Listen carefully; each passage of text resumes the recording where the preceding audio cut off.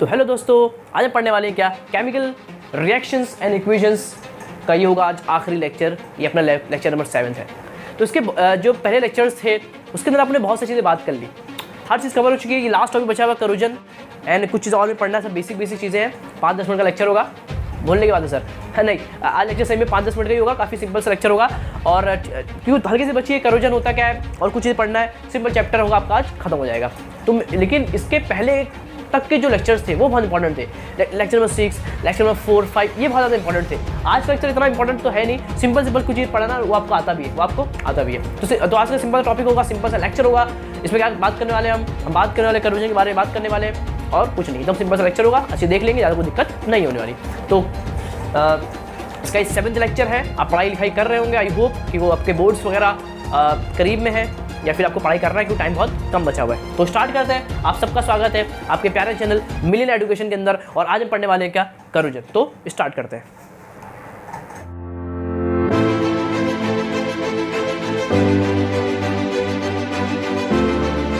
तो आप देख पा रहे हैं कि टॉपिक है आज का क्या है, करोजन। क्या नाम है इसका? करोजन नाम है। सर ये क्या होता है, करोजन क्या होता है? अरे आप आज का लेक्चर है ना, आप सब देखते हो, आप लाइफ के अंदर हर दिन ये चीज़ आप देखते हो। आज आपको हल्का सा मेरे को बताना है और जितनी चीज़ें हैं वो सब आपको आती है। समझे? बहुत सिंपल चीज़। देखो सर करोजन क्या है, what mean bye corrosion. Corrosion होता क्या है सर? देखो समझना। अरे करोजन मतलब क्या होता है? जंग लगना। बड़े जंग लगता है किसी मटेरियल पे, क्या लगता है? जंग लगता है, उसी का अपने बोलते हैं करोजन। खत्म, यही टॉपिक है। यही टॉपिक है सर कि किसी मटेरियल पर, किसी मेटल पर क्या लगता है? जंग लग जाता है। आपने अपने इर्द गिर्द देखा होगा, आपने अपने घर में देखा होगा, फैक्ट्रीज में देखा होगा, कारखाने में देखा होगा कि आप जो यूज़ करते हो मेटल्स की चीज़ें, उन पर क्या लग जाता है? जंग लग जाता है। That's called corrosion. That's called जो फिनोमिना होता है मेटल के ऊपर जंग लगने का, जो फिनोमिना है, इसी को अपन क्या बोलते हैं? करोजन बोलते हैं। बस समझ गए? बस इसी को अपन क्या बोलते हैं? करोजन बोलते हैं। सर करोजन होता क्या है? अरे देख लो, आपके एतराफ में बहुत सारी चीज़ें होती हैं, बहुत सारे मेटल्स प्रेजेंट होते हैं। मेटल्स में क्या लगता है? उनकी लेयर्स पर क्या आता है? एक जंग लग जाता है। एक लेयर बनती है सुर्ख कलर की, रेडिश कलर की, क्या बनती है? एक लेयर बनती है। दैट्स कॉल्ड जंग। दैट्स कॉल्ड जंग। तो उसी को अपन क्या बोलते हैं? करोजन बोलते हैं। तो करोजन जो है, ये जंग जो है लगता कैसे? ये जो करोजन है, ये जंग लगता कैसे है मेटल्स पर? ये लगता कैसा है आपको मालूम है? किसकी वजह से लगता है? मालूम है ना? पानी की वजह से लगता है। मालूम है? पानी की वजह से। आपने देखा होगा कि लोखंड वगैरह जो होते हैं, पानी लगने की वजह से उनका क्या होता है? जंग लग जाता है उन पे। आपने एयर की वजह से देखा होगा, एयर की वजह से, एयर के अंदर बहुत से पार्टिकल्स होते हैं जो क्या करते हैं? जंग करते। तो जंग करना मतलब सर समझ गए कि एयर से होता है, वाटर से होता है, ये सब चीज़ें होता है। सर इसमें होता क्या है? जैसे कि ये कोई मेटल सरफेस है, मैं बोलूँ कि ये कोई मेटल सरफेस है। क्या ये आपका सिंपल ये आपका कोई मेटल है, कोई मेटल है सर, इस पर जंग लग जाता है। तो जंग लगता है, ये मालूम पड़ गया कि वाटर की वजह से लगता है। देखो वाटर बहुत ज़्यादा रिस्पॉन्सिबल होता है जंग लगने के लिए। वाटर हो गया, एयर हो गया, एयर मतलब ऑक्सीजन हो गया। ऑक्सीजन बहुत ज़्यादा काम करता है चीज़ों को जंग लगाने के लिए, करोजन करने के लिए। तो ऑक्सीजन बहुत इंपॉर्टेंट होता है। और बहुत सारी जो सॉल्ट वगैरह है, मतलब अलग तरह के मटीरियल्स, अलग चीज़ों, अलग अलग केमिकल्स की वजह से भी क्या लगता है? जंग लगता है। हाँ समझ गए। तो सर ये करते क्या है इसके साथ? ये ऐसा क्या रिएक्शन करते हैं वाटर मेटल से? क्या रिएक्शन करता है, क्या करता है जिसकी वजह से इसका जंग लगता है? करोजन सर होता क्या है? करोजन जो होता है ना, वो होता है कि इनकी वजह से ये करते क्या है? ये करते हैं मेटल के साथ ऑक्सीडेशन। क्या करते हैं? ऑक्सीडेशन करते हैं। बस खत्म। मेटल का क्या होता है? ऑक्सीडेशन होता है due to air, due to water, due to salt, due to another what organic complex, या उनकी वजह से क्या होता है? मेटल क्या होता है? ऑक्सीडेशन होता है। इसी को अपन क्या बोलते हैं? जंग बोलते हैं। हाँ सर समझो क्या इस डिफाइन एज, ये डिफाइन कर रहा हूँ मैं, due to various component like oxygen, air, organic salt, ऐसे मतलब कोई भी materials etcetera, oxidation of metal take place. इनका क्या होता है? इनकी वजह से ऑक्सीडेशन होता है। ऑक्सीडेशन मतलब क्या होता है? लूज ऑफ इलेक्ट्रॉन होता है। ऑक्सीडेशन मतलब होता है कि ऑक्सीजन से रिएक्शन करती है। सबके अंदर देखो ऑक्सीजन दिख रहा है, तो ये क्या करते हैं? इसको ऑक्सीडाइज करते हैं। जो आपका मेटल है उसको क्या करते हैं? वो ऑक्सीडाइज करते हैं, उसका ऑक्सीडेशन करते हैं, और जिसकी वजह से रिजल्ट में क्या होता है? डैमेज। क्या होता है? डैमेज हो जाता है। डैमेज होता है, डैमेज। अरे मालूम है क्या होता है? जंग से क्या होता है? मटेरियल डैमेज हो जाता है। That's called corrosion. That's called corrosion. समझ गए? बस ये डेफिनेशन है, ये कंसेप्ट है।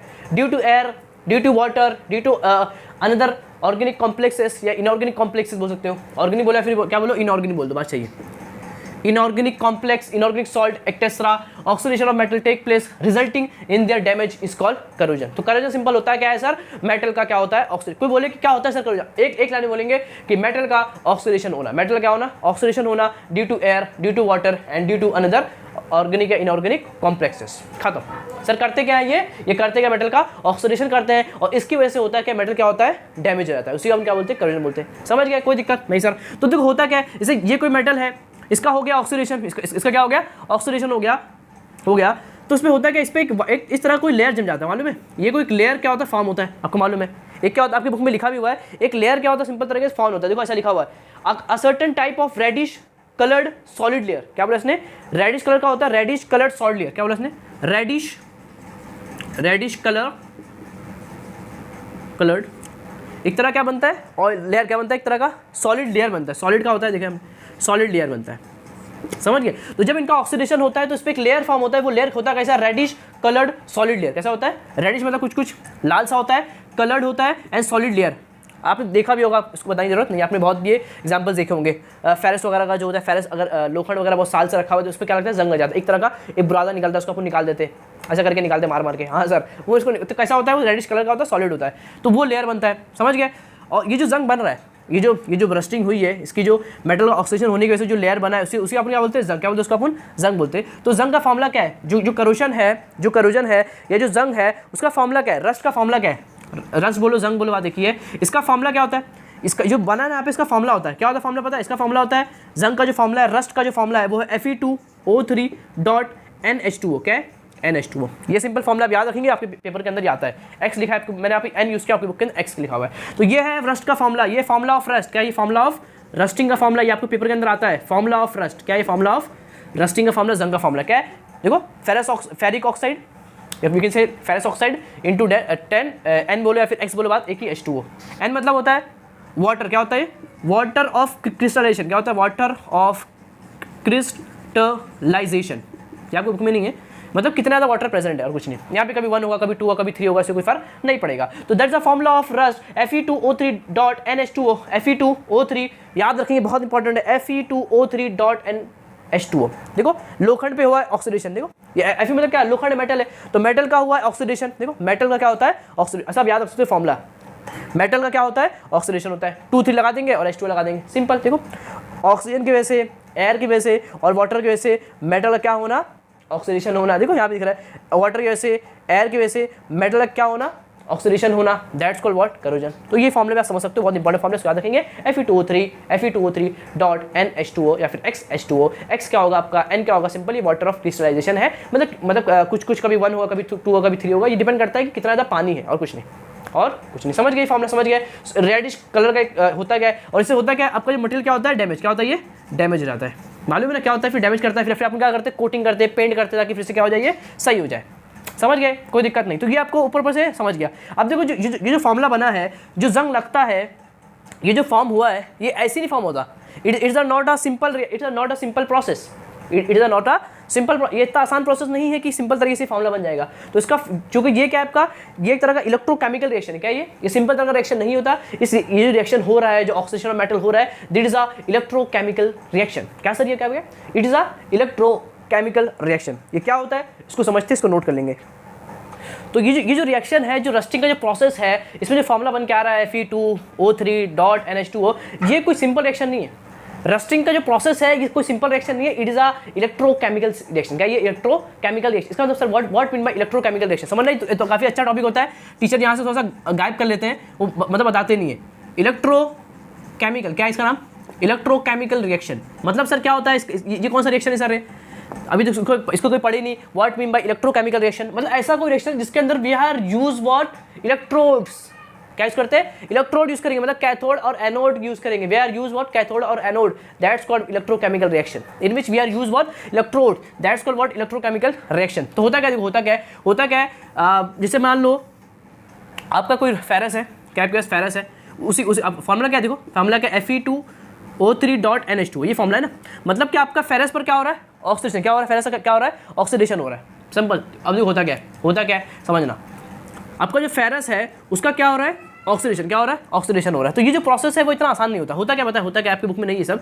होता क्या है, आपके पास एक एनोड होता है, क्या होता है, कैथोड होता है। देखो मान लो ये एनोड है, ये क्या आपका सिंपल तरीके से कैथोड है, समझ। ये एक कंटेनर के अंदर रखा हुआ है, that is a what, anode. ये एनोड है आपका, और ये सिंपल आपका क्या, कैथोड। क्या है, सिंपल तरीके से कैथोड है, समझ गए सर। ये एनोड, ये क्या है, कैथोड है। अब क्या होगा, अब क्या होगा, अब एनोड कैसा होता है, नेगेटिव। कैसा होता है, नेगेटिव होता है, मालूम है ना। ये कैसा होता है, नेगेटिव होता है। इस तरह देख सकते हो, देखो ऐसा, ये सेल क्या लगाया मैंने यहाँ पे, सिंपल सेल लगा दिया। ये सेल प्लस होता है या माइनस होता है, मालूम होगा। एक बड़ा सेल होता है प्लस और एक होता है माइनस, तो ये माइनस यहाँ इससे जुड़ा हुआ, प्लस यहाँ से जुड़ा हुआ है, समझ गए। यहाँ माइनस है तो इस पर भी क्या होगा, फिर माइनस होगा, ये प्लस है तो इस पूरे पे क्या होगा, प्लस होगा। देखो ऐसे ही होता है, अगर इस पे माइनस तो इस पे माइनस, इस पे प्लस तो इस पे भी क्या होगा, प्लस होगा। ये आपका एनोड है, ये क्या है, कैथोड है। एनोड होता है नेगेटिव और आपका कैथोड क्या है, पॉजिटिव है, समझ गए, कोई दिक्कत नहीं। अब देखो ये जो यहाँ पर जो हुआ है फेरस का जो ऑक्सीडेशन हुआ है, देखो फेरस का क्या हुआ है, ऑक्सीडेशन हुआ है, क्या हुआ, देखो जो फेरस है उसका क्या हुआ है, ऑक्सीडेशन हुआ है, इतना समझ रहे हो। मतलब फेरस जब ऑक्सीजन रिएक्शन करेगा तब ये बनाएगा, तब ये बनाएगा। तो इन दोनों का जो रिएक्शन होता है वो किस तरह से होता है उसको समझने की कोशिश करना। होता क्या है आपको मालूम है, एक एनायन कभी कोई चीज़ एक होती है प्लस और एक होती है माइनस, तो फेरस कैसा होगा, प्लस होगा, और ये कैसा होगा, माइनस होगा। आपको मालूम है फेरस कैसा होता है, प्लस, फेरस अ मेटल, तो वो कैसा प्लस होगा, तो फेरस कैसा होगा आपको मालूम, प्लस कैसा होगा, प्लस होगा। इसमें चार्ज क्या होगा, +2 +3 क्या चार्ज होगा, ये बताएंगे। तो जो फेरस है, देखो ये फेरस है, फेरस कैसा प्लस होता है, कैसा होता है, प्लस होता है, आपको मालूम है, आपको मालूम है। देखो और ऑक्सीजन कैसा होता है, माइनस कैसा होता है, माइनस होता है, ये भी आपको मालूम है, ये भी आपको मालूम है। अब क्या होगा, देखो ये आपके फेरस, इसको समझना टीचर्स नहीं बताते हैं, टीचर गायब कर देते हैं टॉपिक को, इतने अच्छे से बताते नहीं है, मैं कोशिश कर रहा बताने की। ये फेरस प्लस होता है क्योंकि फेरस क्या होता है, मेटल होता है, ऑक्सीजन कैसा नेगेटिव, सबको मालूम है। फेरस प्लस होता है, ऑक्सीजन कैसा होता है, माइनस होता है, सबको मालूम है। अब ये प्लस को कौन खींचेगा, माइनस वाला खींचेगा सर, और इसको कौन खींचेगा, प्लस वाला खींचेगा। देखो ये प्लस को खींचेगा माइनस वाला, और माइनस को खींचेगा प्लस वाला, मतलब फेरस जाएगा एनोड के पास और ऑक्सीजन जाएगा कैथोड के पास। हाँ बस यही होता है, बस यही होता है। फेरस जाता है किसके पास, बिकॉज ये प्लस है, ये कौन माइनस, ये इसको खींच रहा होगा अपनी तरफ, तो फेरस यहाँ पर जाके इसके पास जाएगा और इसके पास जाएगा, मतलब ferrous goes from anode and oxygen goes from cathode, समझ गए। तो Fe का क्या होता है, अब देखो होता क्या है। और एनोड पर सर क्या होता है, एनोड पर ऑलवेज लाइफ के अंदर जब पढ़ोगे, केमिस्ट्री पढ़ोगे, अभी आपकी केमिस्ट्री चालू हुई है, दैट्स आवर केमिस्ट्री। एनोड पर हरदम क्या होता है, ऑक्सीडेशन, क्या होता है, एनोड पर हरदम क्या होता है, ऑक्सीडेशन होता है। कैथोड पर हरदम क्या होता है, रिडक्शन होता है। बहुत फेमस है, बहुत फेमस है कि एनोड पर क्या होता है ऑलवेज, देखो याद रखना, एनोड पर हरदम क्या होता है, ऑक्सीडेशन होता है। मतलब फेरस का क्या होगा सर, यहाँ पर ऑक्सीडेशन, क्या होगा इसका, ऑक्सीडेशन होगा, समझ गए, कोई दिक्कत इसमें नहीं सर, समझे। फेरस गया इसके पास गया, फेरस देखो अपने मालूम में प्लस होता है, यहाँ दिखाने का नहीं, अपने मालूम में ये क्या प्लस होता है, तो इसके पास जाएगा, ये इसके पास जाएगा, समझ गए। देखो अब देखो हुआ क्या, समझना, यहाँ स्टेप बहुत इंपॉर्टेंट है। स्टेप जो फेरस है ना, फेरस से क्या होगा, ऑक्सीडेशन, क्या होगा, ऑक्सीडेशन होगा, इसका क्या होगा, ऑक्सीडेशन होगा। कहाँ पर होगा इसका ऑक्सीडेशन, एनोड पर होगा, जो बहुत इंपॉर्टेंट। देखो फेरस क्या होगा, ऑक्सीडेशन होगा, और कहाँ पर होगा, एनोड पर होगा, समझ गए। तो ऐसा आपकी बुक में लिखा हुआ है कि ferrous is oxidise to Fe2+, क्या लिखा हुआ है, अब देखो देखो ये फेरस गया, हाँ सर फेरस आ गया, समझना, रिएक्शन बहुत सिंपल है।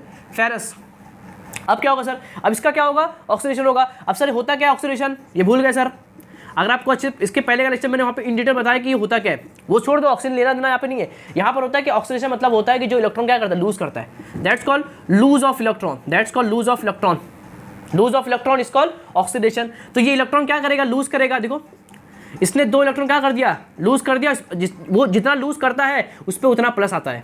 ये मैंने आपको इसके पहले लेक्चर्स के अंदर बखूबी अच्छी तरीके से आपको बताया था, और सब बताया था। इसके अगर अपने लेक्चर देखना है आपको तो उसका 6 लेक्चर है, वहाँ पर मैंने इन डिटेल एक चीज़ बताया कि ऑक्सीडेशन मतलब क्या होता है, लूज ऑफ इलेक्ट्रॉन मतलब होता है ऑक्सीडेशन। पहले बताया कि ऑक्सीजन लेना, दैट्स ऑक्सीडेशन। फिर मैंने बताया कि नए तरीके से इसका मतलब क्या है, नए जमाने के लोग क्या कह रहे हैं, नए लोग कहते हैं कि lose of electron is called oxidation and gain of electron is called reduction. देखो यहाँ का मैं आपको बता देता हूँ, सब वहाँ से चीज़ आई है। इसका मतलब क्या होता है सर, गेन ऑफ इलेक्ट्रॉन, क्या होता है, गेन ऑफ इलेक्ट्रॉन, मतलब जो इलेक्ट्रॉन गेन करता है वो अपना क्या करता है, रिडक्शन करता है, जो लूज करता है वो अपना क्या करता है, ऑक्सीडेशन करता है।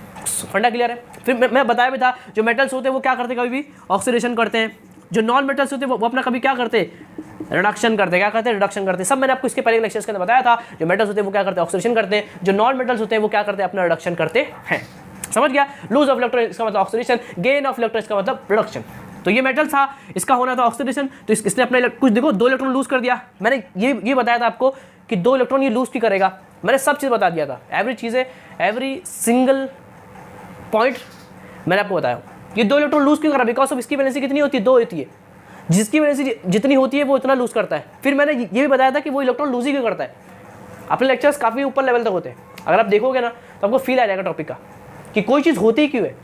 सब मैं कवर करता हूँ, लेकिन चूँकि ये इसके पहले लेक्चर्स में मैंने बताया था, इसलिए मैं यहाँ पर थोड़ा सा चीज़ें थोड़ा फास्ट लेके चल रहा हूँ और कुछ नहीं, समझिए। तो देखो इसने 2 इलेक्ट्रॉन लूज किया, बिकॉज ऑफ इसकी वैलेंसी कितनी होती है, 2 होती है, इसलिए इसने 2 इलेक्ट्रॉन क्या किया, लूज कर दिया, समझ गए। तो यहाँ से यहाँ इसका क्या हो गया, इसने इसने इलेक्ट्रॉन क्या किया, लूज किया, मतलब इसने अपना क्या किया, ऑक्सीडेशन किया, समझ गए। तो Fe is converted into Fe2+ by oxidation in anode, समझ गए। Fe is oxidised to Fe2+ in anode, ये आपकी बुक में ऐसा लिखा हुआ है। Fe is oxidise to Fe2+ in anode. समझ गए? तो ये होता है किस पे? एनोड पर ये रिएक्शन आपका परफॉर्म होता है। एनोड पे हरदम क्या होता है? ऑक्सीडेशन होता है। तो ये हो गया। सेकेंड स्टेप क्या है?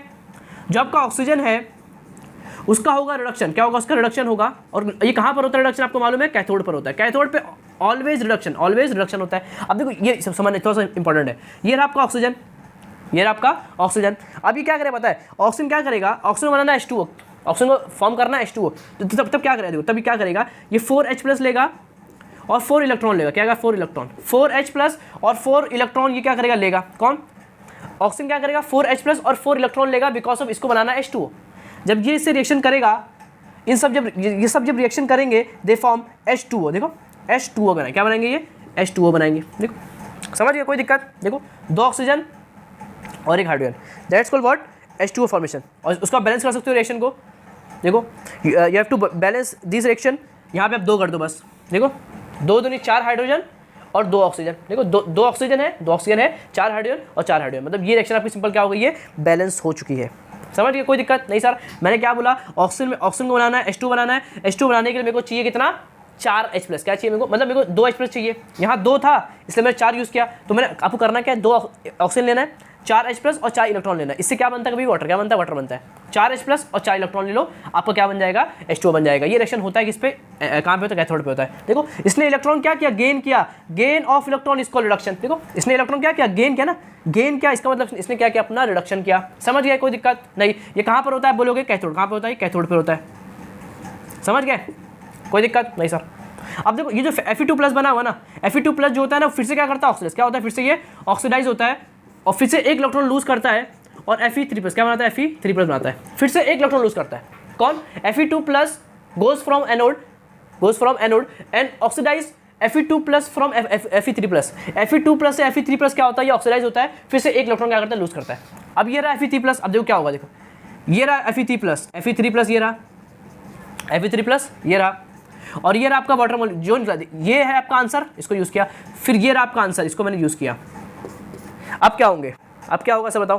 Fe3+ और H2O जब रिएक्शन करते हैं तब बनाते हैं ये Fe2O3.NH2O। समझ गए? और 6H+ क्या होता है? बाहर निकलता है। ये रिएक्शन आपको याद करना पड़ेगा। 6H+ क्या होते हैं? बाहर निकलते हैं। देखो ये H+ भी था। देखो इसने इससे रिएक्शन कर लिया तो ये H जो थे वो क्या हो जाएंगे? फिर H+ में क्या होंगे? सिंपल तरीके से कन्वर्ट हो जाएंगे। इसका बैलेंस कर सकते हो। यहाँ 2 है, वहाँ कितना है? ऐसा छोड़, तो आपकी बुक में बैलेंस नहीं किया हुआ है, आप ऐसा इसको ऐसा छोड़ सकते हो, कोई दिक्कत नहीं है। तो इस तरह से आपका ये जो बना है formula, that's called formation of जंग। यही क्या रस्ट का फॉर्मूला है, यही जंग का फॉर्मूला है। समझ गए? तो ये जो फॉर्मूला ऑफ रस्ट बना है वो बना किस तरह से, वो मैंने आपको समझाने की कुछ आई होप कोशिश किया। आपको समझ में आया होगा आई होप। मैंने क्या बोला? मैंने बोला कि ये जो रिएक्शन है ये कोई सिंपल रिएक्शन नहीं है, it is a electrochemical reaction. मतलब इसमें इलेक्ट्रॉन्स क्या होते हैं? यूज़ होते हैं। मतलब एक कैथोड और एनोड क्या होंगे? सिंपल तरीके से यूज़ होंगे। एक कैथोड यूज़ किया और एक एनोड यूज़ किया। फिर मैंने बोला Fe और ऑक्सीजन के अंदर ये प्लस होता है, ये अपने मालूम होना चाहिए, और ये माइनस होता है, आपको मालूम होना चाहिए। ये जाएगा इसके पास, ये जाएगा इसके पास, ये जाएगा एनोड के पास, ये जाएगा कैथोड के पास। सिंपल एकदम, ये जाएगा एनोड के पास। मैंने बोला एनोड पर हरदम क्या होता है? ऑक्सीडेशन होता है। और चूंकि ये मेटल भी है तो उसका क्या होने वाला है? ऑक्सीडेशन होने वाला है। ये आपको मालूम होना चाहिए, बेसिक आपको आना चाहिए कि मेटल्स का क्या होता है? कभी भी ऑक्सीडेशन होता है, जो नॉन मेटल्स का क्या होता है? कभी भी रिडक्शन होता है। तो देखो इसका हो गया ऑक्सीडेशन, इसका हो गया रिडक्शन। 4H+ 4 इलेक्ट्रॉन बनाते हैं H2O, 4H+ 4 इलेक्ट्रॉन बनाते हैं H2O। कोई दिक्कत नहीं सर। फिर ये फिर से क्या होगा? ऑक्सीडाइज होगा Fe3+ के अंदर। समझ? कोई दिक्कत नहीं सर। फिर इन दोनों को क्या कर दो, जो निकला है आंसर उनको क्या रिएक्शन करा दो, आपका सिंपल ये आंसर आ जाएगा। बाद में निकलेगा 6H+, ये आपका बना जाएगा 6H+, बाहर निकल जाएगा रिएक्शन के अंदर। समझ गए? कोई दिक्कत नहीं सर। तो ये रहा आपका पूरा इलेक्ट्रोकेमिकल रिएक्शंस की किस तरह से जंग का फॉर्मूला या रस्ट किस तरह से फॉर्म होता है। समझ गए? कोई दिक्कत नहीं, समझ आ गया होगा। लास्ट टॉपिक है दैट्स कॉल्ड रेंसिडिटी, उसको कवर करते हैं, फिर आपका लेक्चर क्या होगा आज खत्म हो जाएगा। उसको नोट कर लेंगे। लास्ट जो टॉपिक है उसका नाम क्या आप देख पा रहे हैं? रेंसिडिटी। क्या नाम है इसका? रेंसिडिटी नाम है। एकदम सिंपल टॉपिक है, सबको मालूम है। व्हाट इज अ रेंसिडिटी होता है सर? ये कंसेप्ट है, कुछ नहीं, सिंपल होता है। What is a rancidity? ये होता क्या सर? ये होता क्या पता है आपको? मालूम है कि आपके इर्द गिर्द, बहुत सिंपल टॉपिक है, आपको मालूम भी है, आपके इर्द गिर्द जो है वो बहुत सारे लोग अलग अलग टाइप्स के ऑयल यूज़ करते हैं। ऑयल यूज़ करते हैं तो आपको मालूम है वो ऑयल बहुत दिन तक रखते हैं, बहुत दिन तक वो यूज़ किए फिर उसको रख दिए, फिर यूज़ किए फिर उसको रख दिए। तो आपको मालूम है कुछ दिन रखने के बाद उस ऑयल में क्या आने लगता है? एक गंदी स्मेल आने लगती है, गंदी फ्यूल आने लगती है, यू कैन से दैट्स गंदी फॉल आने लगती है, एक गंदी ऑर्डर वाली स्मेल आने लगती है। That's called rancidity. समझ गया, कोई दिक्कत नहीं है। सिंपल होता है कि आपके इर्द गिर्द आपके माहौल में इन्वायरमेंट के अंदर अलग अलग लोग अलग अलग तेल यूज़ करते हैं, वो रोज़ तेल यूज़ करते हैं। जैसे आपके मालूम में जो पकौड़ा बनाने वाले हैं या फिर जो और समोसे बनाने वाले हैं या जो अलग अलग डिशेस बनाने वाले हैं लोग हैं, वो तेल का यूज़ करते हैं। फिर आज जो तेल का यूज़ किया उसको फिर कल के लिए स्टोर कर बच गया है, उसको फिर से रखेंगे, फिर कल से फिर कल यूज़ करेंगे। फिर ऐसे बहुत ज़्यादा यूज़ करते हैं। या फिर कुछ लोग जो है वो तेल को बहुत टाइम तक रखते हैं, खुला छोड़ देंगे, तेल को क्या करें खुला छोड़ देंगे और बहुत टाइम तक रखेंगे। एक ऐसे लोग, या फिर मैं बताया कि अलग अलग डिशेज बनाने वाले लोग, समोसा वगैरह लोग अलग अलग क्या करते, तेल यूज़ करते हैं, आपको मालूम है, बाहर छनते सा तेल लगा के। तो वो जो तेल है वो जब उसको यूज़ करते हैं, वो रखा हुआ है, अब यूज़ करने के बाद वो बच जाता है, तो फिर से उसको क्या करते हैं, रखते हैं, फिर कल और यूज़ करते हैं। ऐसे करते करते आपको मालूम है कि उसके अंदर एक गंदी सी स्मेल आने लगती है। एक गंदी से क्या होती है, स्मेल आने लगती है। तो वो स्मेल आती क्यों है, वो स्मेल आती क्यों है, बिकॉज ऑफ रेंसिडिटी की वजह से। अब होता क्या, सिंपल देखो, होता क्या, आपने जो तेल यूज़ किया ना, आपने जो तेल आज यूज़ किया, आज आपने तेल, ये रहा आपका काढ़ा जिसमें आप तेल पका रहे हो, तेल आपका गर्म हो रहा है, तेल क्या रहा है आपका यहाँ से गर्म हो रहा है। अब आपने जो ऑयल यूज़ किया है, आपने जो ऑयल यूज़ किया है, ये अब ये खुल चुका है। अब ये आपने टिन का जो डब्बा है या जो भी डब्बा आता है, आपने डब्बे खोलने की वजह से अब उसके अंदर एयर आने लगेंगे, एयर के मॉलिक्यूल्स इसमें रिएक्शन करने लगेंगे। कहाँ पे होगा एयर, अरे एयर के अंदर क्या होगा, ऑक्सीजन होगा। तो ऑक्सीजन क्या करेगा, तेल से रिएक्शन करेगा, जो ऑयल है उससे ऑक्सीजन क्या करेगा, रिएक्शन करेगा, और ऑक्सीजन क्या कर देगा, इस तेल को ऑक्सीडाइज क्या करेगा, ऑक्सीडाइज कर देगा। ऑक्सीजन ऑक्सीडाइज द ऑयल, जो ऑयल है उसका इसका जो ऑयल है उसका ऑक्सीजन क्या करता है, ऑक्सीडेशन करता है। क्या करता है, ऑक्सीडेशन करता है। ऑक्सीडेशन करने की वजह से आपको मालूम है क्या होने लगता है, उसमें से गंदी बदबू आने लगती है, गंदी स्मॉल क्या होती है, गंदी स्मेल से आने लगती है। That's called rancidity. बस इसी को होता है और कुछ नहीं। क्या होता है, लॉन्ग टाइम तक अगर हम किसी ऑयल को यूज़ करते हैं और उस ऑयल को अगर अच्छे से प्रिवेंट ना किया जाए या उसको रोज़ यूज़ किया जाए, जैसे लोग करते हैं, आपको मालूम है लोग क्या करते हैं, रोज आज बचा हुआ फेंकेंगे नहीं, फिर क्या करेंगे, कल के लिए स्टोर कर देंगे, फिर कल इसको यूज़ करेंगे, फिर हो बचा फिर इस तरह तेल क्या होता रहता है, बहुत लॉन्ग टाइम तक यूज़ होता है। लॉन्ग टाइम यूज़ होने की वजह से उसका रोज क्या होता है, ऑक्सीडेशन होता है। ऑक्सीजन क्या करता है, ऑक्सीडाइज करता है किसको, ऑयल को। ऑक्सीजन जब ऑयल को ऑक्सीडाइज करता रहता है तो उसकी जो अंदर जो स्मेल उसकी क्या करता है, चेंज कर देता है, उसका जो मज़ा स्वाद क्या करता है, खराब कर देता है। इसलिए फिर बहुत टाइम तक जब इसको यूज़ करते हैं तो उसमें क्या लगती है, गंदी सी स्मेल आने लगती है। That's called what, rancidity. समझ गए, सिंपल टॉपिक है ना। बिकॉज लिखेंगे due to oxidation of what, oil का क्या होता है, ऑक्सीडेशन होता है, उसी की वजह से मेन ये फंडा क्लियर होता है। समझ, कोई दिक्कत नहीं सर। ये ना हो, इसकी प्रिवेंट के लिए सर हमें क्या यूज़ करना चाहिए, we have to use antioxidant. We have to use what, antioxidant use करना चाहिए। क्या करना चाहिए, एंटीऑक्सीडेंट, समझे। We have to use antioxidant, मतलब कि इसके अगेंस्ट कुछ चीज़ें यूज़ की जाती है, दैट्स कॉल्ड एंटीऑक्सीडेंट, ताकि उसका ऑक्सीडेशन ना हो सके। एक आप ये यूज़ कर सकते हो, या फिर आप जो है ना अपने जो डब्बा है उसको हाईली क्या रखिए, एयर